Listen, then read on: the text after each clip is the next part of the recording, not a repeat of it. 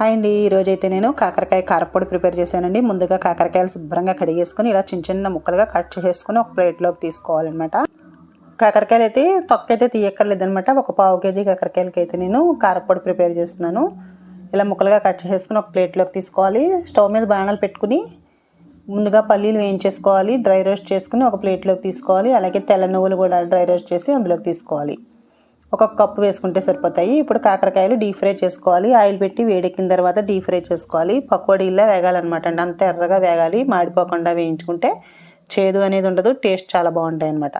ఇలా అన్ని కొద్ది కొద్దిగా వేసుకుని వేయించుకుంటూ ఒక ప్లేట్లోకి తీసుకోవాలి. ఇలా చేస్తే చేదు కూడా చాలా తక్కువగా ఉంటుంది, టేస్ట్ చాలా బాగుంటుంది.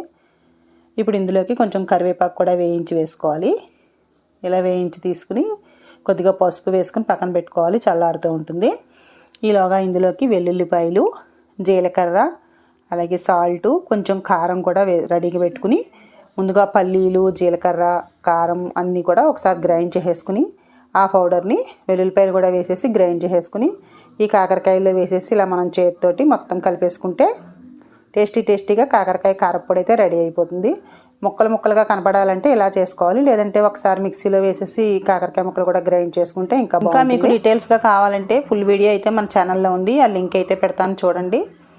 చాలా అంటే చాలా బాగుంటుందండి. ఇది చపాతీ రోటీల్లోకి తినచ్చు. అలాగే అన్నంలోకి నెయ్యి వేసుకుని తింటే సూపర్ టేస్ట్గా ఉంటుందన్నమాట. హెల్త్కి కూడా చాలా మంచిది. సో తప్పకుండా ట్రై చేయండి. Thank you for watching.